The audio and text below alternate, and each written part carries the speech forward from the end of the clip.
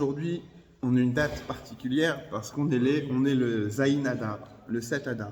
Le 7 Adar, c'est le jour de la Iloula de Moshe Rabbeinu, mais c'est aussi la naissance de Moshe Rabbeinu. Et notre cours aujourd'hui, il va bien sûr être centré là-dessus, sur la Iloula et la naissance de Moshe Rabbeinu, et que c'est ce qui a influencé tout le mois de Hadar. On dit que sur le mois de Hadar, dès que le mois de Hadar y rentre, il faut être joyeux. De la même manière que dès que le mois de Av, qui comporte en lui Tisha B'Av, on devient triste, pas on devient triste, mais on diminue un petit peu la joie. La même chose quand ça arrive le mois de Hadar, on rajoute dans la joie. Et dans Chassidut, on explique, quand le mois de Av y rentre, on diminue dans la joie. Chassidut explique comment on diminue les mauvaises choses pendant le mois de Av, qui raconte la destruction du temple, par la joie. Mais Ma'atim, on diminue Be'simcha, à travers la joie. Mais comme vous savez tous, donc je reviens de New York. On a fait un grand voyage avec les sit-in, les ados. Alors comme il a dit là-bas le rabbin, le chief rabbi, celui qui est en charge, le grand directeur de tout ça, quand il a parlé à la fin, à l'événement de clôture, il a dit aux jeunes, vous n'êtes pas le futur, vous n'êtes pas l'avenir, vous êtes le présent. Effectivement, ces jeunes-là, on n'est pas en train de les construire, de les rapprocher pour le futur. Ils sont surtout là pour être le présent, pour faire partie du présent. Il y a une fois, on va commencer aujourd'hui par une histoire aussi, une belle histoire. Un homme au nom de Yehuda ben Shushan, Yehuda ben Soussan, qui est né au Meknes dans les années 50. Et il est né dans une famille très nombreuse au Maroc, donc au Meknes comme on l'a dit. Et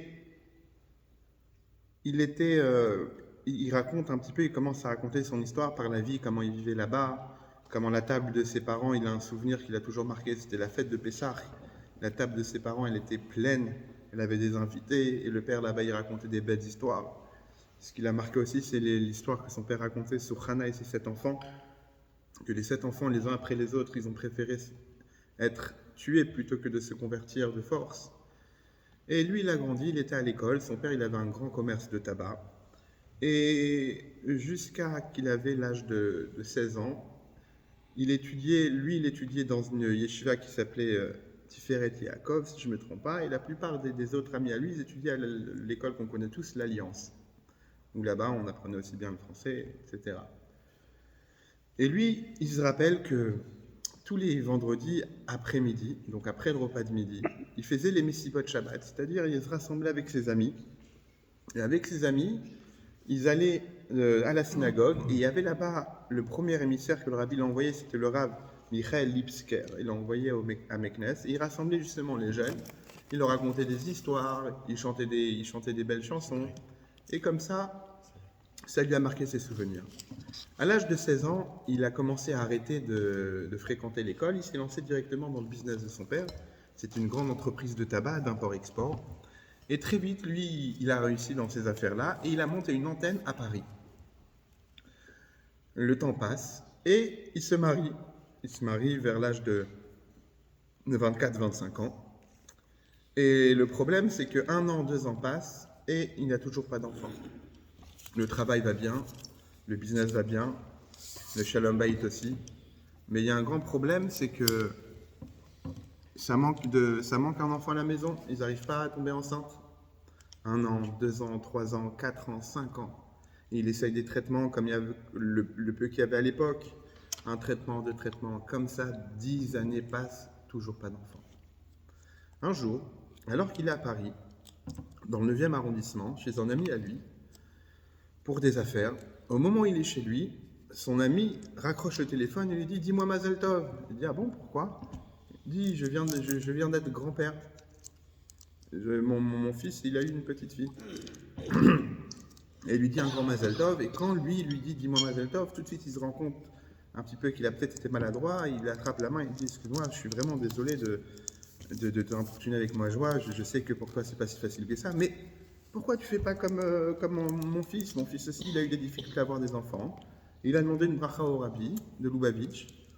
Et il a reçu une bénédiction et comme ça, il a eu un enfant. Il dit, mais bon, mais comment je peux avoir ça? Il dit, écoute, tous les mardis soirs, comme nous, il y a un cours au 8 rue Lamartine, dans le 2e arrondissement, il y a un cours du Rav Asimov.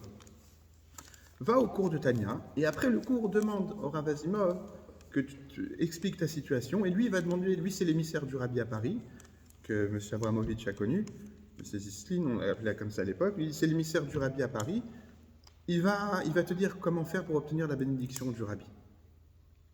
Il dit d'accord, il va au cours du mardi soir, ce qu'on appelle le local, donc le Yurim Lamartine, le local du Bet Lubavitch.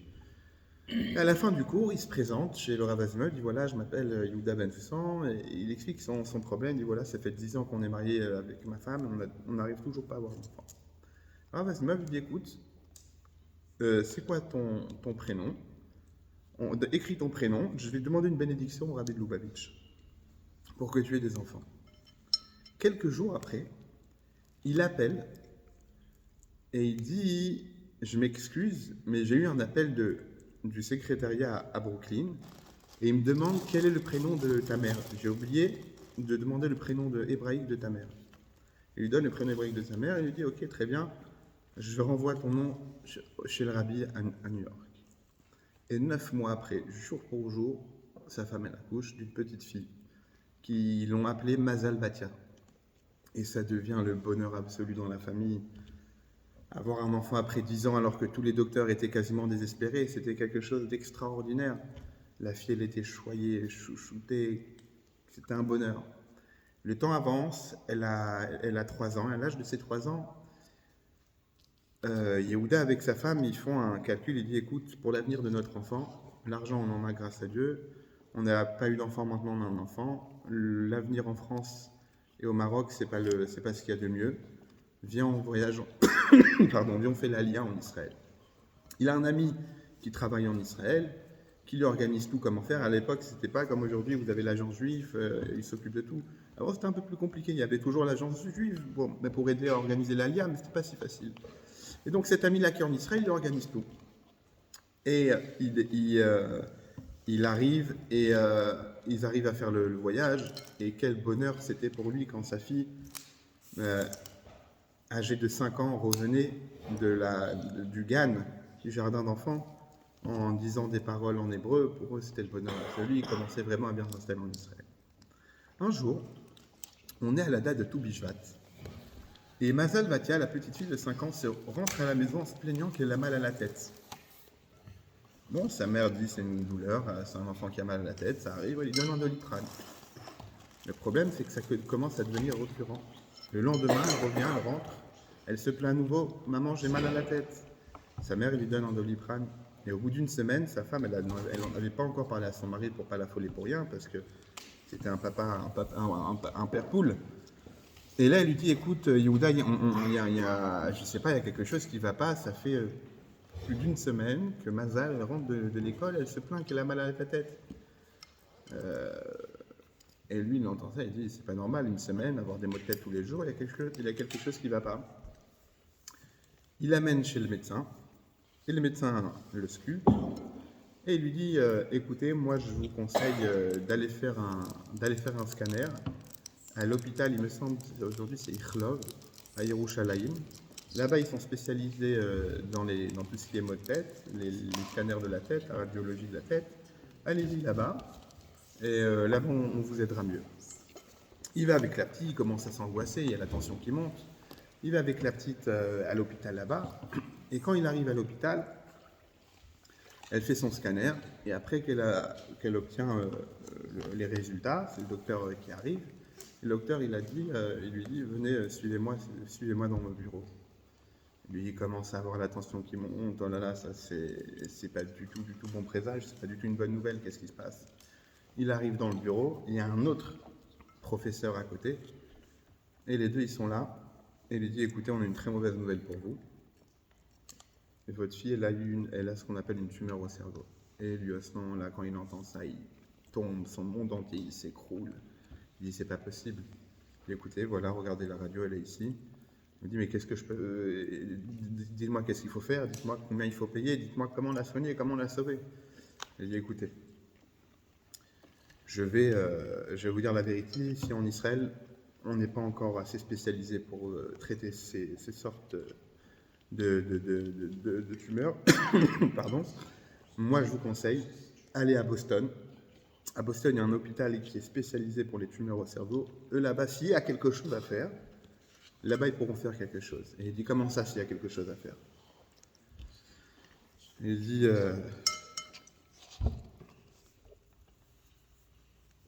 et là, les deux, ils hésitent. Il dit, mais dites-moi, qu'est-ce qui se passe?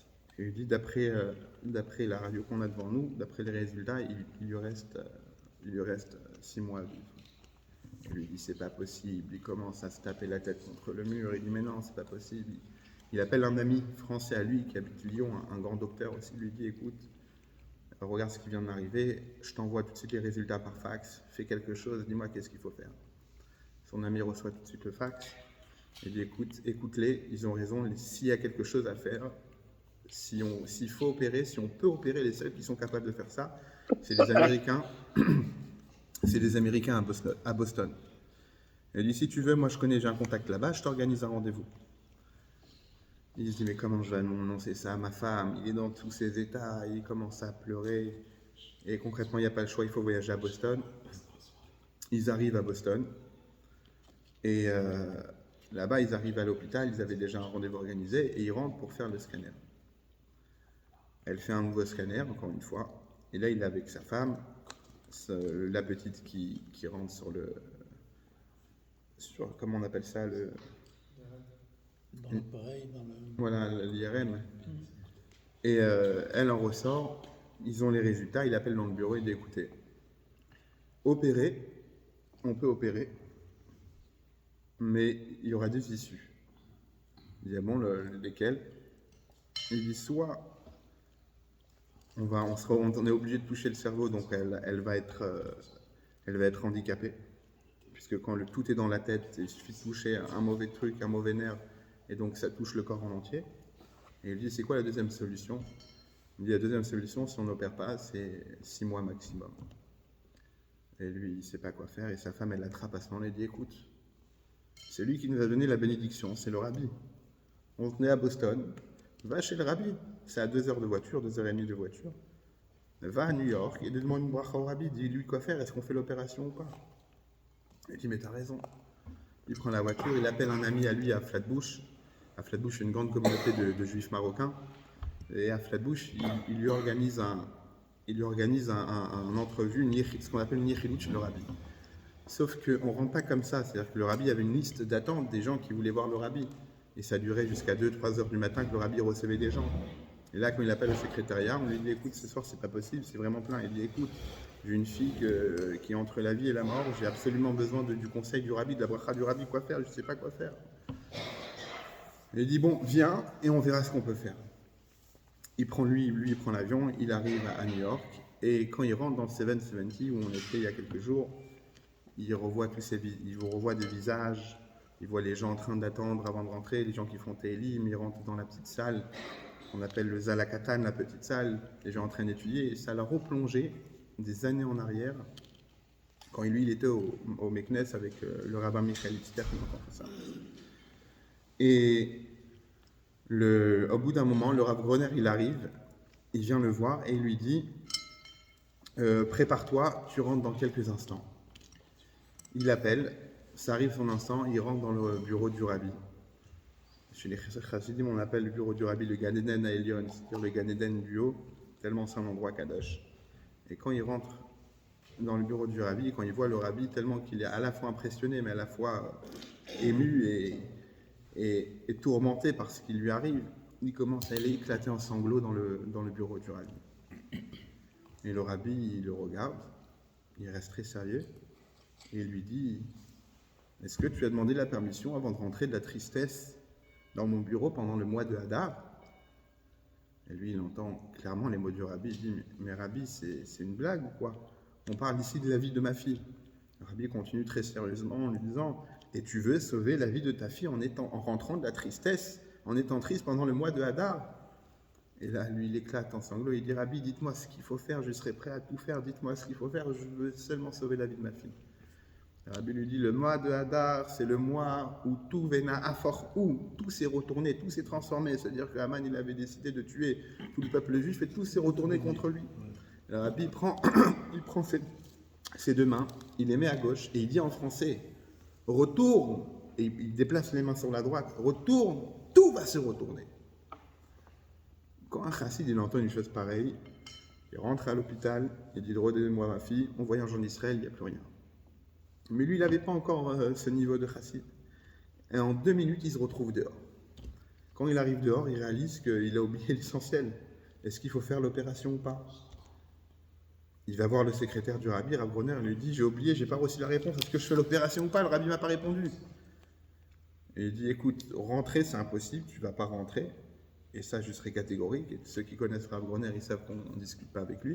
Il dit, par contre, la seule chose qu'on peut faire, c'est écris-moi ta question sur un petit mot, donne-moi un numéro où te contacter, et je m'occupe du reste. Je vais faire rentrer le mot chez le rabbi, comme ça se fait, et le rabbi me donne une réponse, et je te communiquerai la réponse. Il fait ça, il est soulagé. Entre-temps, il reprend son avion. À peine il arrive à son hôtel à Boston, là, il y a à l'accueil, on lui dit, Monsieur Bensoussan, vous avez un message, vous avez reçu un appel, on vous demande de rappeler tel numéro. Il rappelle, c'est la Maskirou, donc le secrétariat du rabbi. Et le Rav Groner lui dit au téléphone, il dit, écoute, je ne sais pas qu'est-ce que le rabbi t'a dit en Yechidout, mais le rabbi m'a dit qu'il t'a déjà répondu en Yechidout. Et lui, il dit, mais je te promets que le rabbi ne m'a pas répondu si je dois faire l'opération ou pas. Et il dit, écoute, je ne sais pas ce que le rabbi t'a dit, mais le rabbi m'a dit, j'ai déjà répondu. Si le rabbi a dit ça, c'est que tu as déjà une réponse. Il dit, mais je t'en supplie, j'ai pas de réponse, je sais pas, je dois donner une réponse à ce qu'on fait. Oui ou pas l'opération, je t'en supplie, redemande au rabbi, qu'est-ce que je dois faire, demande. Et il lui met tellement, il lui met la pression, il dit, d'accord, je redemande. Et là, il se fait rappeler encore une fois. Et le rabbi, il dit, le rabbi, il écrit sur un papier la réponse, Ve'im bedafka shoel. Alors, je vais dire les mots exacts parce que c'est très important. Le rabbi lui dit comme ça, j'ai déjà répondu en Yechidout.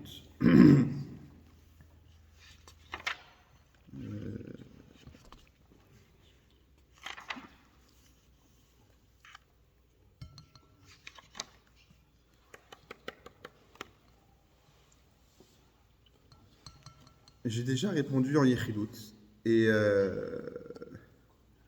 ah non. Voilà. Elle était comme ça. Il lui dit, le rabbi dit, si vraiment tu demandes, alors à ce moment-là, mieux vaut se conseiller avec 2 docteurs amis. Et lui, il dit que si le rabbi l'a précisé, imbedav kashwal, si vraiment il demande, c'est que c'est pas bon présage. C'est-à-dire que le rabbi, apparemment, il t'a déjà répondu. Si vraiment tu vas avoir une réponse, c'est pas le meilleur à faire. Il dit, mais par contre, le rabbi lui a dit de te concerter avec 2 médecins amis. Il appelle alors son médecin ami qui est à Lyon et un autre médecin, et les deux lui disent de tenter de faire l'opération.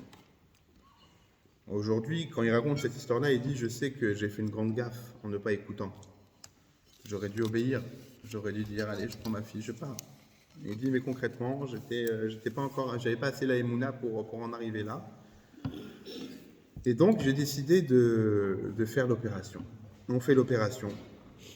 Tout est bien préparé. Et l'opération commence.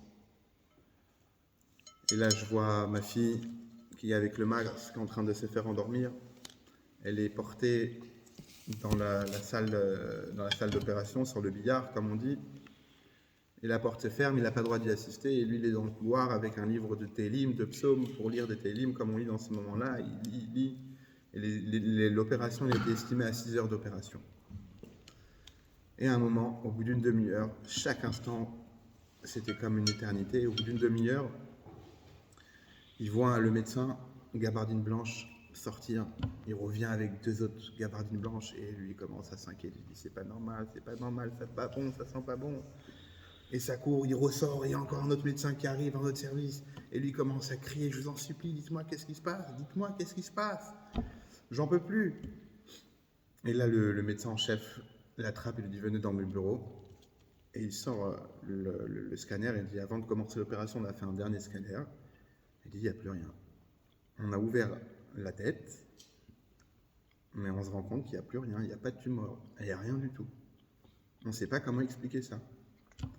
Et lui, à ce moment-là, il commence à s'exprimer, il dit, moi je sais, c'est grâce à la bracha du Rabbi. Et il dit, quand est-ce que je peux voir ma fille? Il dit, il faut lui laisser un peu de temps, elle était endormie pour 6 heures, laissez-la jusqu'au soir, le temps qu'elle récupère.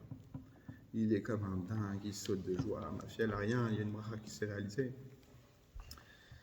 Le soir, il attend patiemment, avec impatience de voir sa fille, et le soir, ça arrive, et il dit, je vais voir ma fille, on m'a dit 6 heures, voilà, je vois. Écoutez, c'est pas le moment, là vous pouvez pas, elle est en train de récupérer. Il attend une demi-heure, 1 heure, on sait comment c'est parfois dans les hôpitaux. Et au bout de quelques heures, il en peut, il dit, écoutez, il y a quelque chose qui se passe, c'est pas normal, laissez-moi, je veux voir ma fille. Là, il y a le médecin qui revient, il lui dit, monsieur Bentoussaint, il faut que je vous dise, c'est que votre fille, on a réussi à la réanimer, mais elle est inconsciente. On fait comment ça, elle est inconsciente? Elle dit, elle réagit pas. Elle est vivante, elle a le pouls, elle a les yeux ouverts, mais elle est inconsciente. Elle lui dit, c'est pas possible, qu'est-ce qui m'arrive? Il dit, et là, à ce moment-là, il dit, je réfléchis pas, je vais voir tout de suite,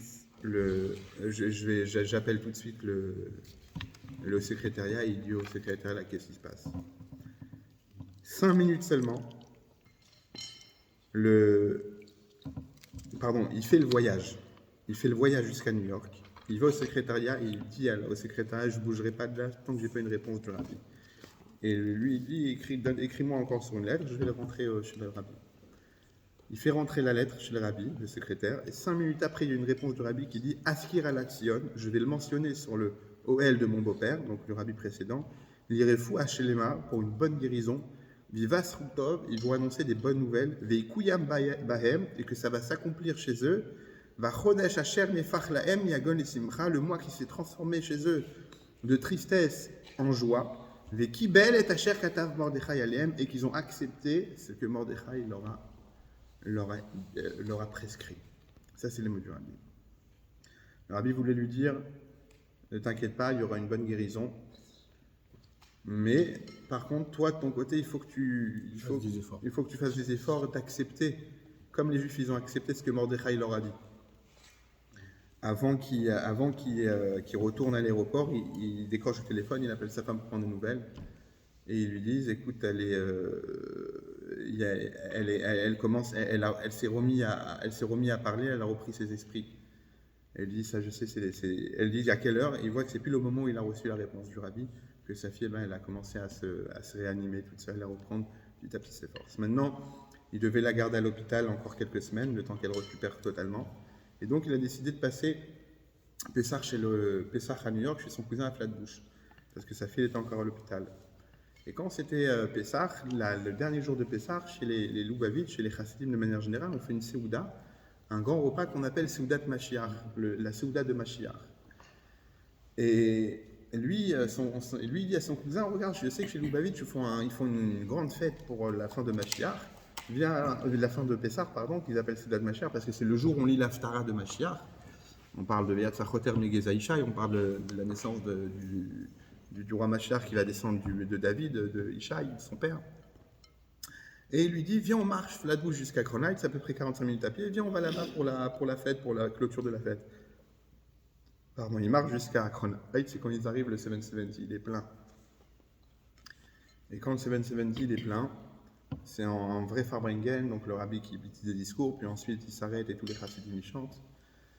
Et pendant que tout le monde chante, il voit que tout le monde se retourne vers lui. Et il ne sait pas ce qui se passe, et tout le monde lui dit, voilà, le rabbi t'appelle. Et le rabbi lui dit de dire l'Echaïm. Et donc de loin, il dit l'Echaïm. Et non, pardon, le rabbi l'appelle. Et donc il se retrouve devant le rabbi lui donne un morceau de matzah. Il lui dit, ça, il est écrit que le premier soir, c'est le matzah de la Michla de Mehemnuta, Michla de Fuataya. Un soir, le matzah, c'est pour la guérison. On dit que quand on mange la matzah, ça nous amène la guérison. Et l'autre, c'est le pain de la foi. Ça nous donne la foi, la confiance en Dieu. Il dit ça, c'est le pain de la confiance pour que toi, tu aies de la confiance. Et ça, c'est du pain, de la matzah, pour que ta fille, elle ait la refoua shlema, une guérison complète. Et il dit merci. Rabbi retourne à sa place. Puis à la fin, c'est terminé. Le Rabbi fait Abdallah avec le vin. Il voit que tout le monde fait une queue. Il dit pourquoi il y a cette queue-là? Il dit parce qu'on prend le vin de l'Avdallah, on dit qu'il y a de la bracha dedans, le rabbi donne à chacun un peu de vin, on appelle ça kost shel bracha, le vin de bénédiction, le verre de bénédiction. Il dit moi je veux passer aussi, je veux prendre une bénédiction. Tout le monde passe, et quand il arrive devant le rabbi lui sert le verre et lui dit ce soir chez les Marocains, le rabbi lui dit comme ça, on fête la mimouna. Mimouna, ça vient du mot Emouna. Emouna qui veut dire la confiance, la croyance en Dieu. Et il lui dit, c'est dommage que ta fille, à toi, elle souffre à cause de ton manque de Emouna. Il lui dit, étant donné qu'on est de la fête de Pessah, on sort de l'étroitesse à la largesse, donc ça puisse s'accomplir chez toi aussi, de sortir de l'étroitesse vers la largesse pour toi et ta fille, qu'elle va retrouver toute sa vie comme avant. Aujourd'hui, cette femme-là, elle-même, elle est déjà grand-mère. Elle habite en Israël. Elle est mère et grand-mère d'une dizaine d'enfants et de petits-enfants. Tout ça par cette bracha du rabbi. Pourquoi j'ai introduit cette histoire-là? Aujourd'hui, on est le Zayin Hadar. On raconte sur une personne, il y avait trois mères qui discutaient ensemble. Elle disait, moi, mon fils, il a tellement réussi dans la vie que la dernière fois, c'était l'anniversaire d'un ami à lui, et comme il travaille dans l'immobilier, il a offert à son ami une maison toute prête. Ah, bravo, c'est beau, c'est généreux de la part de ton fils. Et l'autre a dit, moi aussi, mon fils, il a bien réussi dans la vie, il est concessionnaire de voitures, le jour de l'anniversaire de son ami à lui aussi, il lui a offert une voiture. Il dit, c'est super, et la troisième, elle dit, mon fils aussi, il a réussi dans la vie, il est actionnaire, c'est un grand financier, et le jour d'anniversaire de son ami, pour le faire kiffer, comme on dit, il lui a offert $100 000. Waouh, c'est beau. Là, il y a la quatrième, il dit, et toi, ton fils aussi, alors il a réussi dans la vie? Écoutez, mon fils, il n'a pas forcément réussi, mais par contre, il a énormément de chance, parce que le jour de son anniversaire, il a un ami qui lui a offert une voiture, un autre qui lui a offert une maison, un autre qui lui a offert $100 000. Le mois de Hadar, le Shulchan Aruch fixe comme le mois qui a du mazal. Mazal, ça veut dire quoi? Ça veut dire avoir de la chance. À tel point que une personne qui doit avoir un jugement, et elle doit tout faire en sorte que le procès se passe pendant le mois de Hadar. Pourquoi? Parce que Mazalé Bari, le mazal, la chance du peuple juif, elle est forte, elle est en bonne santé. Pourquoi? Parce que dans ces mois-là, il y a eu la fête de Pourim. Et la fête de Pourim, elle a donné de la puissance à tout le mois de Hadar. Qu'est-ce qui s'est passé la fête de Pourim? On vivait dans un royaume, c'était le royaume d'Achashverosh, Assuérus. Et on va faire ça en résumé rapidement. Il avait un premier ministre, un homme qu'il a nommé premier ministre, qui s'appelait Aman. Et ce Aman-là, quand il marchait dans la rue, tout le monde devait se prosterner à lui. Or, il y avait un juif qui travaillait aussi au sein du royaume, qui était Mordechai. Mordechai, c'était pas n'importe qui, c'était le Yoshev Rosh Sanhedrin. Ça veut dire comment on peut traduire ça aujourd'hui, président du Sanhedrin. Le président du Sanhedrin, c'est-à-dire le plus haut niveau du Sanhedrin qui était composé de 70 personnes, et 71. Le tribunal, le Sanhedrin, c'est eux qui ont édicté toutes les lois depuis Moshe Rabbeinu jusqu'à la destruction du deuxième temple où il a été dissous. Et dans le Sanhedrin, il y avait aussi Daniel, qu'on connaît tous, Daniel avec la fosse au lion. Mais Mordechai, c'était le Yoshev Rosh Sanhedrin, donc ça veut dire que c'était celui le plus haut respecté parmi le peuple juif. Comme la Gemara nous dit, Mordechai Bedoro ke Moshe Bedoro. Mordechai, c'était le Moshe de sa génération. Mordechai, il voit un premier ministre, que tout le monde se prosterne à lui. Le problème, c'est qu'il a une idole. Et un juif, le deuxième commandement, c'est quoi? C'est tu ne te feras pas d'autres dieux, tu ne te feras pas d'idole. Velo tishtachave lahem, et tu ne vas pas te prosterner à ces idoles-là. Donc Mordechai refusait de se prosterner à cette idole-là que Aman avait sur son cœur. Et quand Aman voyait que tout le monde se prosternait, sauf un homme qui est Mordechai, ça l'emplissait de haine. On peut comprendre. Imaginez-vous, vous êtes respecté, et il y en a un qui décide de ne pas se courber devant vous. Pas une fois, 2 fois, 3 fois. Et les gens commencent à parler. Vous avez vu, Mordechai ne se laisse pas devant Aman. La Megillah dit comme ça. Vaya Gidulo, Yom Vayom. Tous les jours, il disait, t'as vu, Mordechai, il refuse de prosterner. Et là, Aman, il rentre chez Achashverosh, il dit, écoutez, le roi, vous avez un peuple dans votre royaume qui est non seulement éparpillé, puisqu'on était après l'exil du premier temple, ils ont une religion qui est complètement différente de la nôtre. Et mais ils font pas la religion, ils n'écoutent pas la religion du roi. Et il dit, j'ai envie de les exterminer tous un jour. Est-ce que vous me donnez l'autorisation? Il lui dit oui. Il lui donne sa bague. Et avec sa bague, il va signer un arrêté, un décret, que tel jour et telle date, tous les hommes qui veulent peuvent se lever et tuer tous les juifs en un seul jour. Comment il a décidé cette date-là? Il a fait un tirage au sort. D'où le mot Purim. Pour, en perse, ça veut dire un goral, un tirage au sort. Et donc il a tiré au sort. Et quel jour c'est tombé? C'est tombé le 13 Adar. Et il a dit, super, le 13 Adar c'est quoi? C'est le jour. Le 13 Adar, c'est le jour, c'est le mois, dans ces mois-là, c'est le jour où Moshe, il est décédé. Qu'est-ce qu'il a fait? Dans son calcul, Moshe, il est décédé le Zayin Adar, donc aujourd'hui, le 7 Adar, et 7 jours après, on est le 14. Et donc il s'est dit, on va le faire ça à la fin des Shivas, c'est-à-dire la fin, vous savez qu'un deuil, ça dure 7 jours. On dit, je vais le faire, c'est tombé pile la date du 7e jour de la mort de Moshe. Donc c'est une super bonne date. Et donc il a décidé que le 14 Adar, ça allait être le jour d'extermination de tous les Juifs dans tout le royaume Achashverosh. Il a envoyé des messagers. Il avait non seulement le soutien par la bague du roi, mais il avait un soutien, il lui a donné énormément d'argent. Comme ça, la Megillah, elle raconte. Vient la Gemara à Masechet Megillah, à Daful Gimel, et nous dit comme ça. Velo Yada, mais il ne savait pas, que Zayin Adar, le 7 Adar, c'est le mois où Moshe Rabbeinu, il est décédé, mais c'est aussi le mois où il est né, le jour où il est né. Et comme il ne savait pas que c'était le jour où il est né, donc il s'est complètement planté. Lui, il s'est dit, je vais choisir un jour où c'était mauvais pour tous les Juifs. La date du décès de Moshe Rabbeinu, Moshiach chez l'Israël, le libérateur des Juifs. Le jour où il décède, c'est un jour où les ennemis du peuple juif doivent se réjouir. Et lui, il s'est dit, ça tombe parfait. Et la Gemara nous dit, le seul problème qu'il ne savait pas, c'est qu'il ne savait pas que c'est ce jour-là aussi il est né.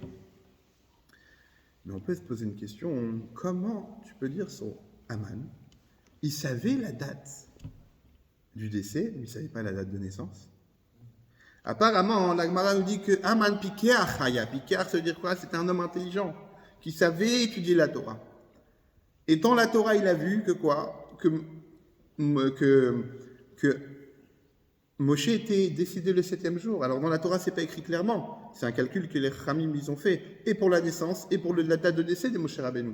Mais quand vous avez un homme libérateur du peuple juif qui a combattu Paro, il a amené 10 plaies sur les Égyptiens, où il a fait traverser la mer, qui a fait descendre la Torah, et qui a promis à son peuple, je vais vous amener en terre promise, en terre d'Israël, et que finalement, à la veille où ils doivent rentrer en Eretz Israël, il décède, ça fait du bruit. Tout le monde sait que le libérateur qui était Moshe est décédé à l'entrée d'Israël, n'a pas pu rentrer en Israël. Donc forcément, la date de décès, tout le monde la connaissait. Donc tu peux dire a priori que ok, il se connaissait la date de décès. Mais s'il connaît la date de décès, pourquoi il ne connaît pas aussi la date de 8 jours? Pas décès 8 jours, tu veux dire des 7 jours. Des 7 jours, parce qu'il n'est pas juif. Alors, mais pourtant, on nous dit que Piqué à Chaya. C'est-à-dire qu'il était intelligent, oui, il pouvait savoir. Comment il peut savoir ça? Je parle de Haman. Mais je veux savoir. Je sais pas. Il y a une deuxième question qui vient, c'est que quand on voit les mots de l'Agmara, elle dit Velo yada chez Bezayin Adar met Moshe ou Bezayin Adar nolad Moshe. Et il ne savait pas que le 7 Adar, c'est le jour où Moshe est mort et le jour où Moshe est né. Il y a un problème chronologique. Il fallait d'abord un homme, il naît ou d'abord il meurt? On commence par une naissance, on est bien d'accord. Oui. Est-ce que dans le Hadar, est-ce que c'était pas le Hadar chéni? C'est juste une question. Parce que comme on sait qu'il y a souvent de fois 2 Hadar. Non, c'était un Hadar seul normal. Hadar normal. Si c'était Hadar chez nous, on n'aurait pas eu de problème. On aurait tous fait un seul Purim. Si c'était le premier ou le deuxième, on aurait fait soit le premier, soit le deuxième. Là, pourquoi il y a un Purim Katan? C'est parce qu'on ne connaît pas la date du premier. D'accord, ok. Parce qu'il était biaisé. Il était aveuglé par là, il cherchait à se confirmer comme quoi c'était la bonne date, et donc il se concentre uniquement sur... Oui, mais là, tu renforces la question. Étant donné qu'il veut avoir une bonne date pour ne pas se louper, d'ailleurs, on dit pourquoi il a fait ça en un seul jour. Il aurait pu faire sur plusieurs jours, étaler ça sur plusieurs jours. Non, il a fait ça en un seul jour. Pourquoi? Parce qu'il voulait vraiment que ça ne loupe pas. Il sait très bien qu'on a essayé avant. Il sait très bien que dans les générations précédentes, des Nebuchadnezzar, il a déjà essayé, Paro, il a déjà essayé. Il dit, moi, j'ai tous les feux verts. J'ai tous les signes qui s'alignent. J'ai Achashverosh avec moi, j'ai les hommes, j'ai l'argent, j'ai la bague du roi. Il ne faut pas que ça se loupe. Donc, je vais choisir une date. Et cette date-là, il faut que ça soit en même temps une date mauvaise pour les Juifs. Et on revient à notre question. Il ne savait pas, qu'il ne s'est pas renseigné. Peut-être qu'il y a une autre date ce jour-là. Si déjà tu te renseignes autant, si déjà tu ne veux pas te louper, tu ne peux pas te renseigner et savoir que c'est aussi la naissance. Et le Rabbi Yonatan Eibishitz, il écrit comme ça, que toujours, le 7 Hadar, ça tombe dans quel paracha? Quel paracha on est cette semaine? Tetzavé. Si vous lisez bien la paracha Tetzavé, vous allez voir que le nom de Moshe n'apparaît pas une seule fois. Le nom de Moshe est cité dans la Torah 600 fois. Il y a une seule paracha où il n'est pas cité depuis sa naissance, c'est notre paracha de cette semaine, Tetzavé. Et Chachamim, les sages nous enseignent qu'on a voulu allusionner que c'est dans cette paracha-là qu'il est décédé. Et donc c'est pour ça qu'on ne le cite pas dans toute la paracha. Il y a une autre explication, c'est laquelle? C'est que quand Dieu il a voulu détruire tout le peuple juif après le veau d'or, il a dit à Moshe, pousse-toi de là, je vais tous les détruire. Et Moshe Rabbeinu s'est mis entre le peuple juif et Dieu, il a dit, écoute, si tu veux les détruire, efface-moi de ton livre.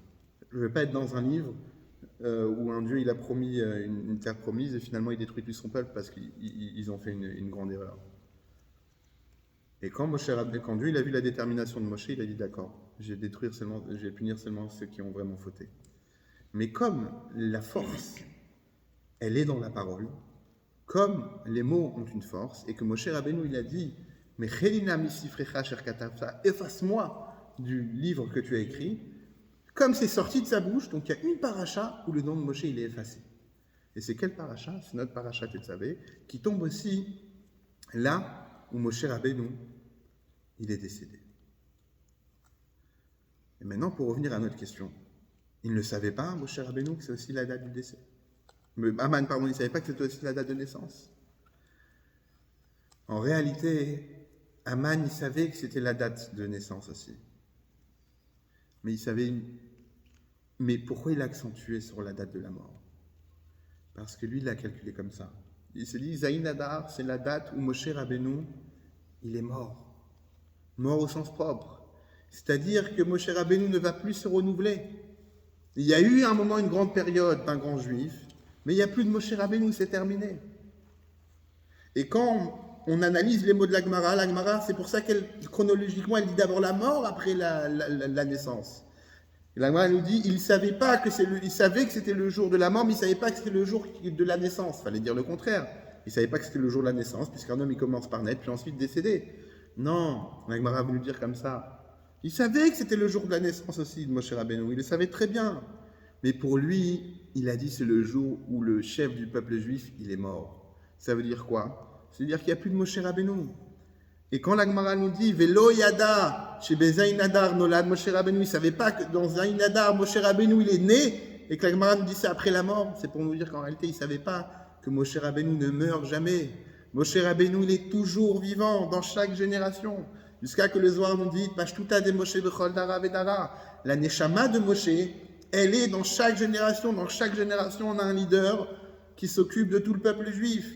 Et c'était qui à ce moment-là? C'était qui? C'était Mordechai. Et c'est ça que l'Agmara nous dit. Il savait que c'était le jour de la mort, il s'est réjoui. Il s'est dit c'est terminé, c'est le jour de la mort de Moshe, il n'y a plus de Moshe. Donc c'est une super bonne date. Mais l'Agmara nous dit Velo Yada. Mais il ne savait pas. Velo Yayodea chez Zayin Hadar Nolad Moshe. Ils ne savaient pas que le 7 Adar, Moshe Rabbeinu, il est né en fait. C'est-à-dire quoi il est né? C'est-à-dire qu'un tzaddik comme Moshe Rabbeinu, il ne meurt jamais. Un tzaddik comme Moshe Rabbeinu, il se réincarne dans chaque génération, il protège toute la génération. Et comme on le voit dans la Megillah, que Mordechai, quand il était en face de toute cette situation, il a demandé, il était habillé avec un sac, c'était comme ça qu'on portait le deuil à l'époque, il était dans la rue, et Esther, elle a entendu que Mordechai, il porte le sac, il fait un deuil dans la rue, il a demandé à son serviteur, Hatar, certains disent, le Midrash dit que c'était Daniel qu'on connaît tous, le Daniel biblique, et il a dit, va voir ce qui se passe avec Mordechai, et Mordechai lui dit, écoute, il faut absolument que tu ailles voir le roi. Et là, il y a un dialogue qui se fait entre Esther et Mordechai. Mordechai lui dit, il faut que tu ailles voir le roi et lui dire d'empêcher au roi d'empêcher ce décret-là. Et là, Esther lui répond, mais ça fait déjà 30 jours qu'il ne m'a pas appelé. On est mariés depuis 7 ans, mais ça fait 30 jours qu'il ne m'a pas appelé. C'est-à-dire que je suis plus précieuse à ses yeux. Et si je vais me présenter chez lui, s'il ne me présente pas son sceptre, à ce moment-là, c'est la mort. C'est lui qui se présente dans la cour du roi, les mots de la Megillah, ils sont comme ça, et que le roi ne l'a pas appelé, à ce moment-là, Chadato le Hamit, on le tue tout de suite puisqu'il n'a pas été appelé. Et dis-moi, si je vais là-bas alors que je n'ai pas été appelé, je vais mourir. Moshe Rabbeinu, et Mordechai lui dit, une deuxième chose, il lui dit, Al Tidami benafshech limalet betavir, ne crois pas que il lui dit comme ça, si tu ne le fais pas, sache que toi et la maison de ton père, vous allez quand même mourir. Mais moi, mais sache que la solution, je l'ai trouvée dans un autre endroit. Il lui dit deux choses. Il lui dit, va voir le roi. Il lui dit, non, je ne peux pas aller voir le roi, je ne suis pas apprécié, ça fait depuis 30 jours qu'il ne m'a pas appelé. Ça veut dire que quelque part, je ne lui plais plus. Et Mordechai, il lui répond, il lui dit, sache que de un, si tu fais rien, toi, tu passeras aussi dans ce décret, toi et toute ta famille. Et Mordechai lui dit, mais par contre, moi, je vais trouver une autre solution qui viendra dans notre endroit et pas à travers toi. C'est quoi cette autre solution? Mordechai, il sait très bien que le peuple juif, il est éternel. Il a une solution devant lui, c'est la reine Esther. Elle refuse, il ne t'inquiète pas. Tu veux pas faire? La solution, elle viendra d'ailleurs. Le décret, il n'aura pas lieu. Mais sache que toi, tu as l'occasion de le faire. Et là, à ce moment-là, il rajoute une troisième chose. Il lui dit, mi yodea. Et qui sait? Imle'et kazot igat malchut. C'est peut-être pour un moment pareil que tu es arrivé au trône. Mordechai lui dit une dernière chose, une dernière réplique. Il lui dit, qui sait? Peut-être que toute l'histoire que tu as été choisi par le roi, malgré que tu n'étais pas maquillé, malgré que tu as tout fait pour le déplaire, et que tu as quand même été choisi, c'est peut-être qu'après 7 ans, tu puisses intervenir pour ce décret. Au moment où Mordechai lui dit ça, elle dit, ok, je vais le faire. Elle lui dit, l'erkena set kol hayudim, va rassembler tous les juifs, vetsumu alai val tochlu val tishtu shloshet yamim laila vayom, rassemble tous les juifs et vous allez jeûner pour moi pendant 3 jours et pendant 3 nuits. Vegamani venarota yatzimkem, et moi aussi et mes jeunes filles, nous allons jeûner pareil. C'est pour ça que jusqu'à aujourd'hui on fait le Ta'anit Esther qui aura lieu cette année lundi. On fait le jeûne d'Esther. Donc au moment où Mordechai lui dit, ne crois pas que tu vas y passer, toi. Ne crois pas que tu... Non, Mordechai lui dit, qui sait, peut-être que c'est pour ça que tu es arrivé au royaume, au trône. C'est pour intervenir. Au moment où elle lui dit ça, elle change complètement d'avis. Elle prend tous les risques. Elle dit, très bien, je vais risquer. Non seulement elle prend un risque, mais elle ne dit pas aux autres de jeûner. Elle ne va pas jeûner. Qu'est-ce qui se passe à une personne qui jeûne? Elle est aigrie. Elle a les pommettes creusées par le jeûne. Elle dit, moi aussi, je vais jeûner. C'est-à-dire, elle prend tous les risques. Mais qu'est-ce qu'il lui a dit tellement qu'elle allait prendre tous les risques? Qu'est-ce que Mordechai lui a dit dans cette phrase en lui disant, qui sait, c'est peut-être pour ça que tu arrives au trône, qui était plus fort de ce qu'elle a dit avant. Et quoi, maintenant, elle sera appréciée par le roi. En réalité, le Tanya, il explique que chaque juif, il a une mission sur terre. Chaque personne a une mission sur terre. On raconte sur Rav Yosef, qui a dit à Rav Yosef, au fils de Rabba, il lui a dit, ton père, dans quoi ton père, il faisait le plus attention? Il dit, mon père, il faisait très attention à la mitzvah de tzitzit. Il avait une mitzvah qui était très importante pour lui, c'était celle de porter constamment les tzitzit, les filles qu'on a. Et c'est ramené ça dans le Tanya. Le Tanya, il explique que chaque neshama, chaque âme, elle est normalement emmagasinée, elle est entreposée sous le trône d'Hachem, dans un monde céleste, où là-bas elle profite de la Torah, de l'étude, de tout. Et on lui demande de descendre dans le ciel et accomplir Torah Mitzvot. A priori, c'est une chute. Elle vient d'un niveau tellement haut, elle va atterrir dans un niveau tellement bas, mais elle a une mission à faire. Elle a une mission. Et le Tanya nous dit, chaque Neshama, elle a sa propre mission. Pour la connaître, il faut avoir un niveau très élevé. Rabba, lui, qui avait un niveau très élevé, parce qu'il est écrit que le Malach Hamavet, l'ange de la mort, ne pouvait pas le tuer tellement que ses lèvres n'arrêtaient pas de bouger pour réciter de la Torah. Et comme l'ange de la mort, le Malach Hamavet n'arrivait pas à le toucher puisqu'il était constamment en train de murmurer des paroles de Torah, il a fait venir un perroquet, on dit un oiseau d'une beauté inouïe.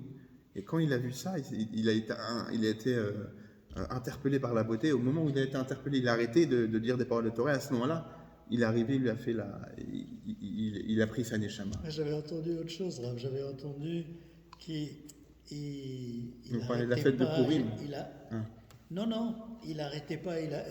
David Ameller. Ah, c'est aussi David Ameller, oui. Ah non, c'est pas David Ameller dont vous parlez. Non, de Rabat. Ah, C'est l'histoire de l'oiseau, on le raconte sur David Ameller. Oui, c'est ça.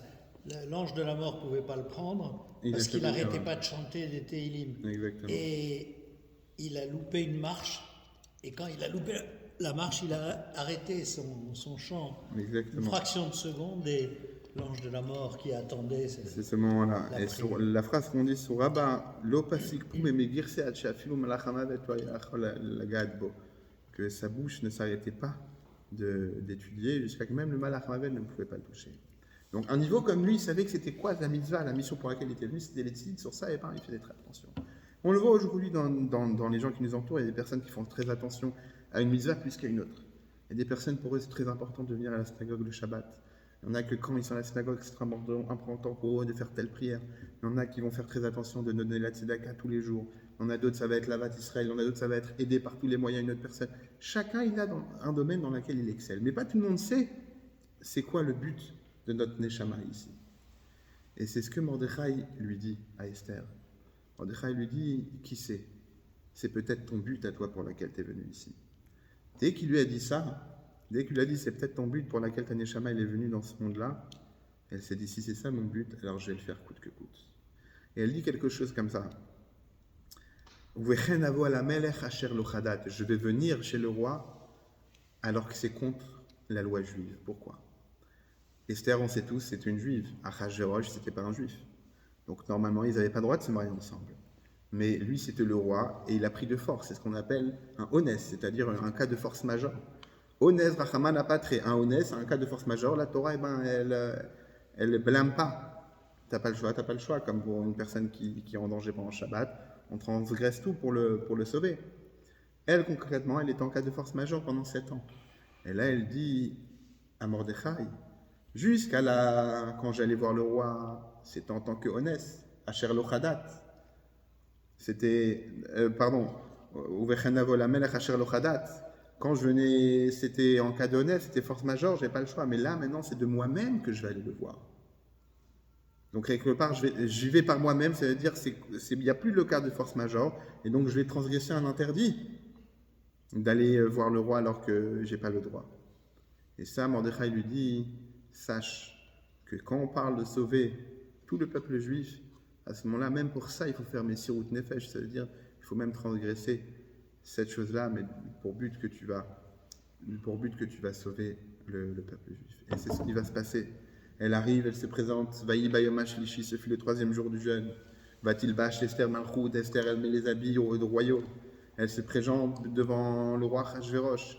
Quand le roi il la voit, comme on dit, elle a trouvé grâce à ses yeux. Il lui tend son sceptre en or. Elle touche le bout du sceptre et lui dit, qu'est-ce que tu veux, ma reine Esther? Jusqu'à la moitié de mon royaume, je vais te le faire. Elle dit, je n'ai rien de particulier. Invitez-moi juste à manger. Je vais juste inviter le roi à venir festoyer un bon festin chez moi à la maison avec Aman. Achashverosh dit vite, prévenez Aman. Arrive le festin, il y a Achashverosh et Aman. Alors Aman, il est aux anges. Il dit non, seulement le roi m'a donné toute la permission. Mais même la femme du roi, Esther Amalka, elle m'invite à moi alors qu'il y a le roi. C'est quelque part, c'est pas super agréable comme situation pour le roi d'avoir une autre personne à table. Et au moment où il sort au moment du festin, le roi Achashverosh, il dit à Esther, mais qu'est-ce que tu veux? Demande-moi jusqu'à la moitié de mon royaume, je suis prêt à te le céder. Elle lui dit, j'ai juste que demain, le roi revienne avec Aman refaire un festin. Il lui dit, très bien. Aman y sort. Et au moment où Aman y sort, il voit qui? Il voit Mordechai. Il voit Mordechai, le juif, qui ne se prosterne pas à lui. Il rentre à la maison chez lui, il casse tout.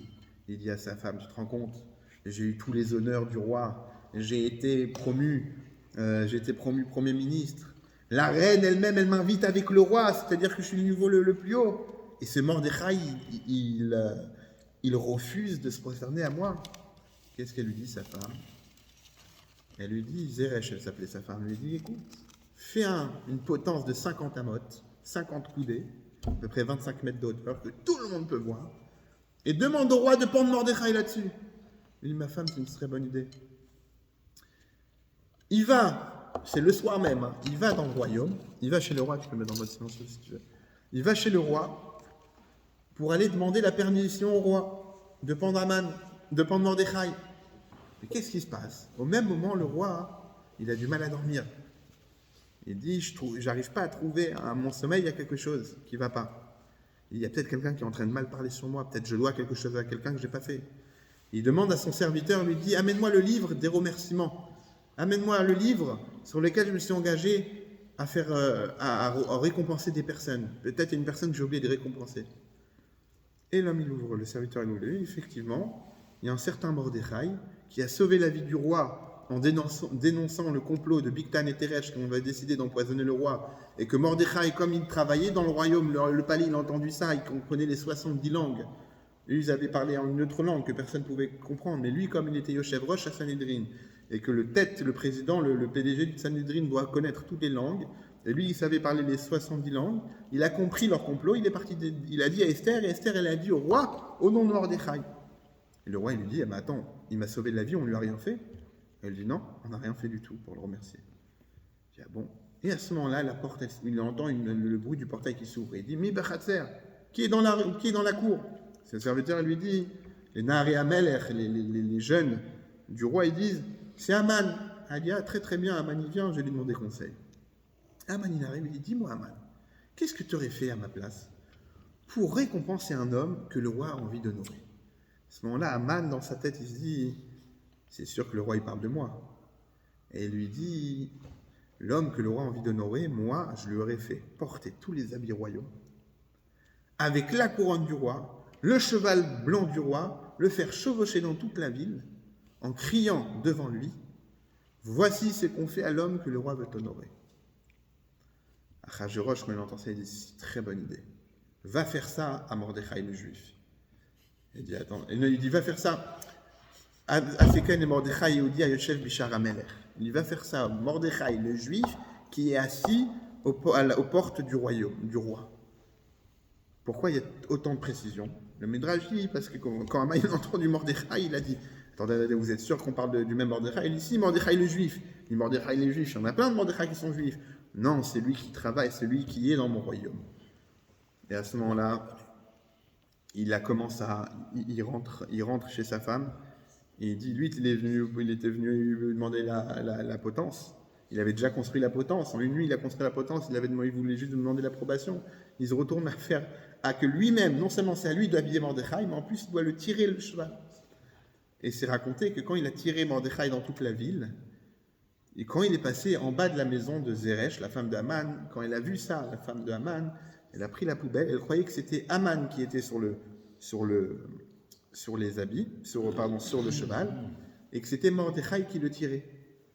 Parce que Mordechai lui a dit, mes habits, certains racontent que Mordechai lui a dit, mes habits, je ne vais pas les poser, porte-les, toi.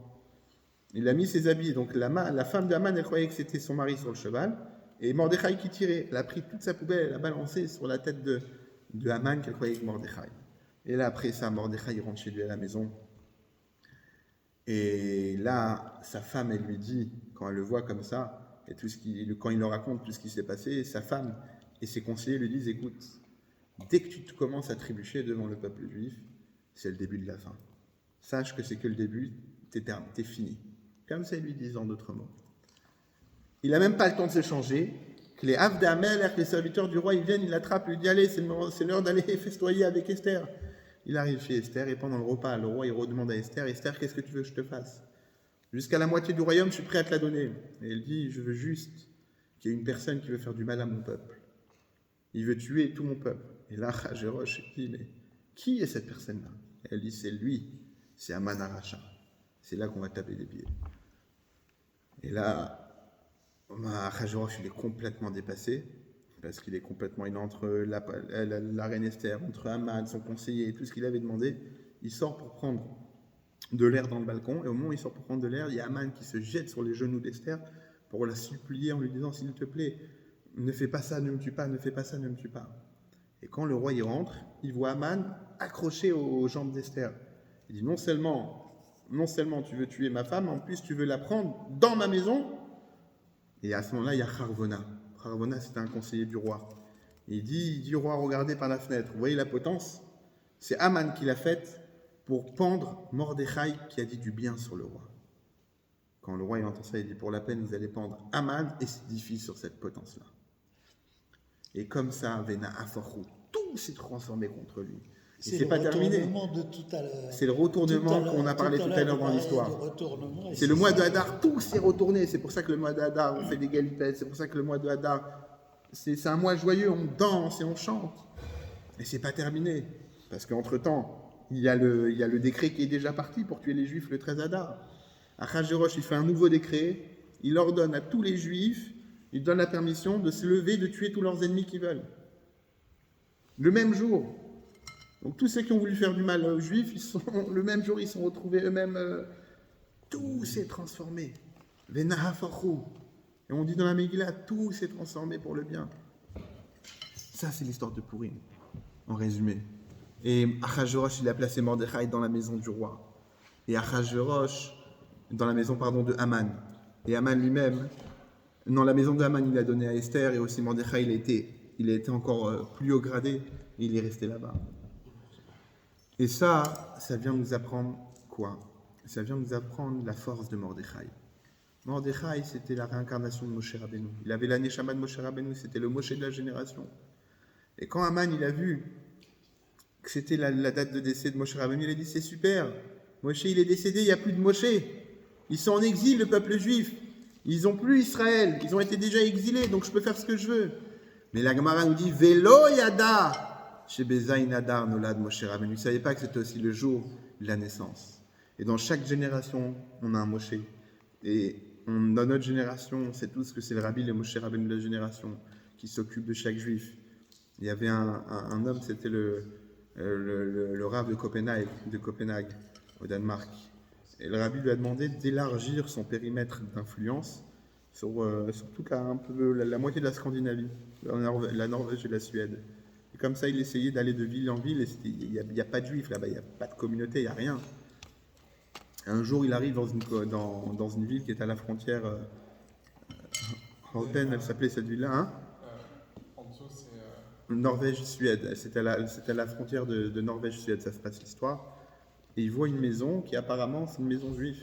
C'était les seuls deux juifs qui habitaient dans toute cette ville-là. Mais il était tard, il s'est dit, ça ne fait pas de toquer chez les gens. Mais en même temps, je suis là pour ça, le rabbi m'a demandé d'élargir mon influence. Il toque à la porte. Et là, quand la porte elle s'ouvre, elle voit effectivement un couple juif. Et la femme, quand elle le voit, elle éclate en sanglots, elle va pleurer dans la cuisine. Et lui, il l'invite à rentrer. Il dit, vous vous rendez pas compte combien c'est important que vous soyez venus aujourd'hui. Il dit, ah bon? Il dit, nous on habite ici, on est les seuls juifs de toute la ville. Tout le monde est chrétien, tout le monde va à l'église le dimanche matin. Les seuls qui allons pas à l'église, c'est ma femme et moi. Parce qu'on est juifs. On ne connaît pas grand-chose du judaïsme, mais on sait que les juifs ne vont pas à l'église. On a déjà une religion. Le problème, c'est que ça fait longtemps que le curé vient nous voir, prend le thé avec nous, s'intéresse à nous. Et ma femme m'a répété, regarde, on est juifs, on vit très différemment des autres, et concrètement, les seuls qui s'intéressent à nous, c'est un curé. Personne ne vient nous voir. Et au fur et à mesure, le curé leur propose peut-être de se convertir. Et sa femme, elle lui a dit, elle arrive à une conclusion, elle dit, écoute, de toutes les manières, il n'y a personne ici. Le seul qui nous donne l'attention, c'est le curé. Donc, s'il n'y a pas de changement, dimanche, on va se convertir. Et il dit, vous arrivez aujourd'hui, vous toquez à ma porte, il n'y a pas plus grand signe du ciel que ça. Ça pour vous raconter un petit peu, ça c'est le rabbi, le Moshe Rabbeinu de la génération, d'aller s'occuper, d'aller chercher n'importe quel juif au fin fond du monde. Et là on était à New York, il y avait 3000 jeunes réunis. 3000 jeunes, ce n'est pas des jeunes qui sont en école juive, c'est des jeunes qui viennent de la province, qui n'ont pas eu une grande éducation juive, mais ils sont tous là pour venir renforcer leur identité juive, renforcer leur fierté juive. Surtout en Amérique, ça fait depuis quelques temps que dans les universités c'est très très dur, il y a des lobbies palestiniens qui sont très très imposants, qui ont énormément d'argent. Les juifs, ils cachent leur identité. Et là, de se retrouver tous ensemble, faire le Hakel, l'année du Hakel, tout ce rassemblement, tous ensemble, c'était pas seulement extraordinaire, mais on a vu ce que ça veut dire que Moshe Rabbeinu, non seulement il n'est pas mort, mais Moshe Rabbeinu, il est né, Zainada. Moshe Rabbeinu, il est toujours vivant. Moshe Rabbeinu, il se réincarne dans chaque génération. Et à nous aussi de s'attacher à Mordechai, comme dans l'histoire que le Rabbi lui a dit, il faut que toi aussi tu prennes sur toi de faire des efforts et de t'attacher à Mordechai, comme les Juifs, ils ont décidé d'accomplir ce que Mordechai leur disait. Nous aussi, on doit aussi faire cet effort. Et J'ai on a eu... entendu, Rav, que Hitler avait